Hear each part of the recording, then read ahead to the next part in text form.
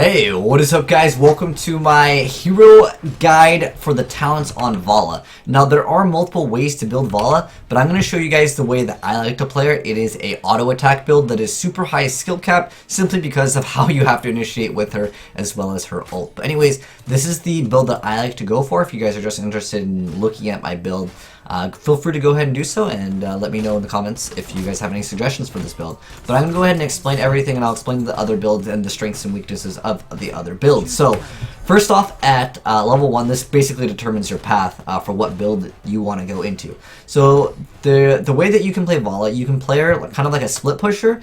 You can play her as a assassin like burst mage. You can also play her as an auto attack. The auto attack build is going to be technically the most difficult at its maximum potential, so it has a very high skill cap.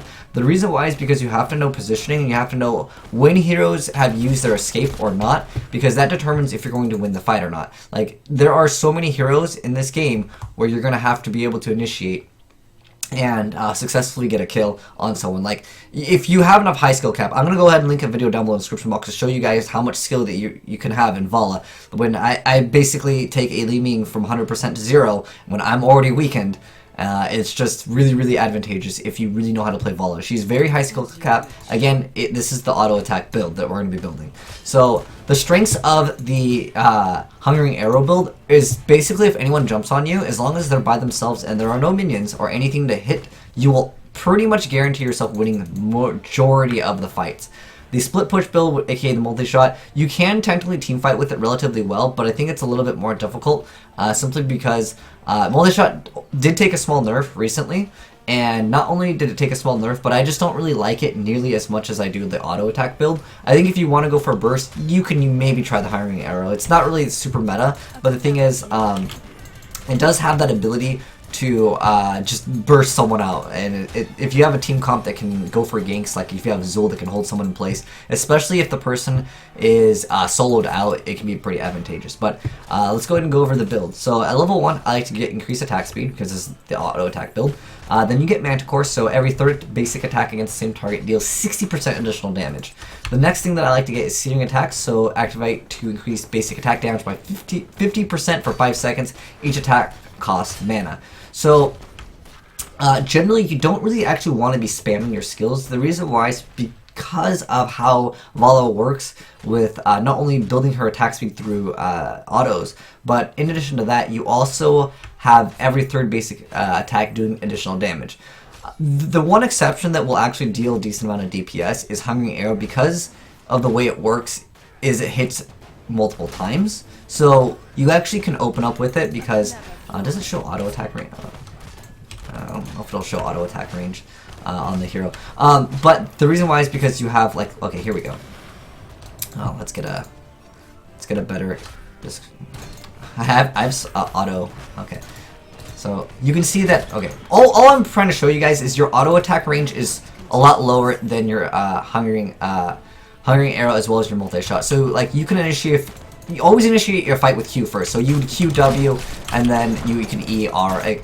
And the most important thing though is to be able to throw out these two abilities before you initiate with your auto attack build. When these come back up, do not use them again. If you're in auto attack range continuously, sit there and auto attack. That's what's going to make your build much more successful. But yeah, just keep that in mind that these won't do as much damage as your autos. Well, Hungering Arrow can, as long as it hits the right target, right? There is a little bit of RNG with Hungering Arrow because it will hit another target, and it doesn't always go into the same target over and over. I wish it did, though. But Searing Attacks is another thing that you're going to be getting in this build, and then you're going to go ahead and get Rain of Vengeance. This is one of the best ults, I think, in the game that can determine fights. With the exception of ETC's ult, I think this is like a game-defining ult. Then at level 13, depending on the composition, you can go for Spell Shield or you can go for Giant Killer. I usually end up going for Giant Killer, so I'm going to go ahead and select that. And then at level 16, you have the option for Blood or Stone Skin. Now, if you're going for the Hungering Arrow build, then you'll probably take Tumble because you're able to use it again. And one of them allows you to reset Hungering Arrow while you use Volt. But for the most part, I usually like to go for Blood or Stone Skin. But if I have a team that can stun really hard, like if I got a Muradin or if I have something that can stun for long, maybe like if there's like a Zeratul and a Diablo that can combo their ults together, I will go for Executioner. The reason why I actually still prefer Blood for Blood over Executioner is because if this is landing, you should be winning the fight anyways, because this thing is a double stun and it hits. Look how much it hits for. Like an average assassin, let's say at like level 24, which is what we're at right now. If it hits twice, it's 900 damage. That's 1800 damage. That's basically half of someone's HP, and that's not counting your standing attacks. That's not counting your QW.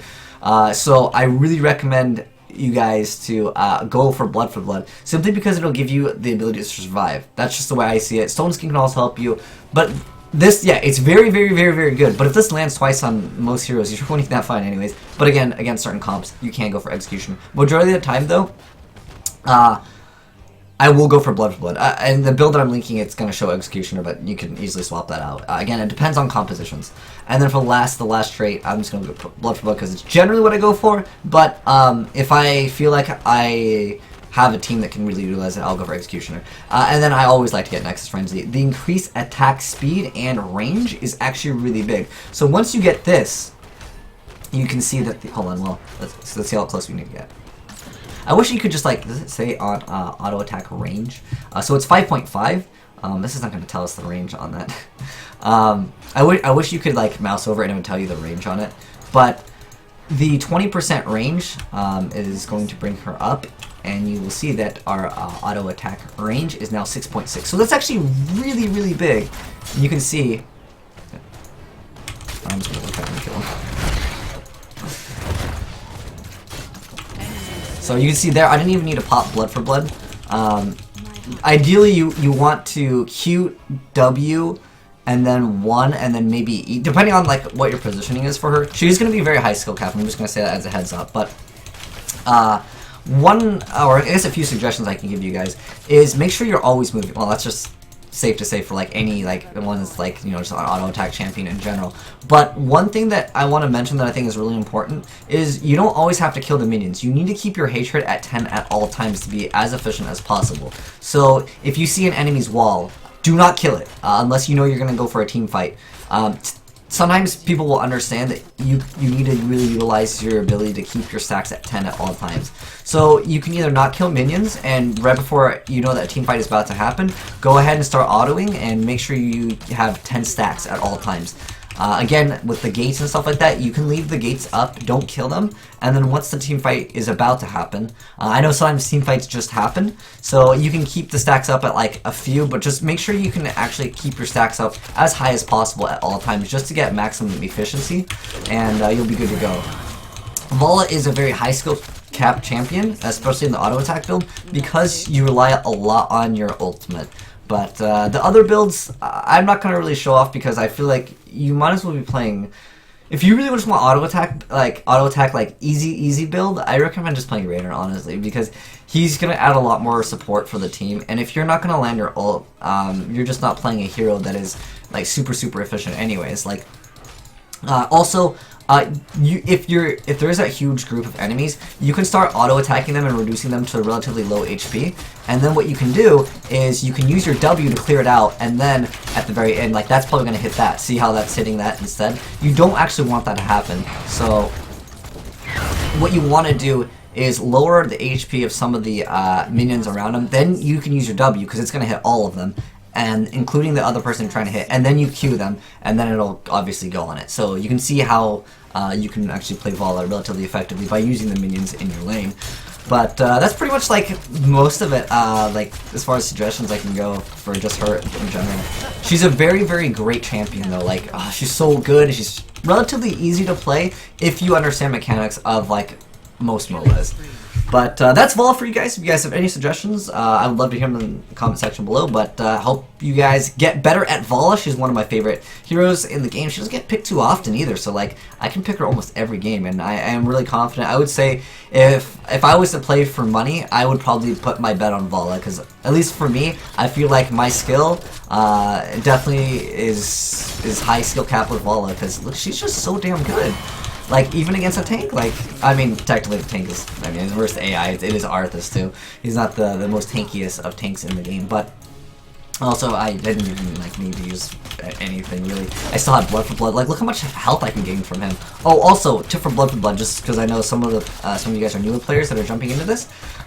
With Valla, or just anyone that's using blood for blood, do not blood for blood on small targets unless you're using it to finish them off. Blood for blood, well, okay. With the exception of if you're winning the team fight already. At that point, it doesn't really matter. But generally, you want to actually use Blood for Blood on their tank because it's going to deal 10% of the hero's maximum health, and you heal for twice that amount. So doing that on a Cho'Gall is like, oh, full health, man.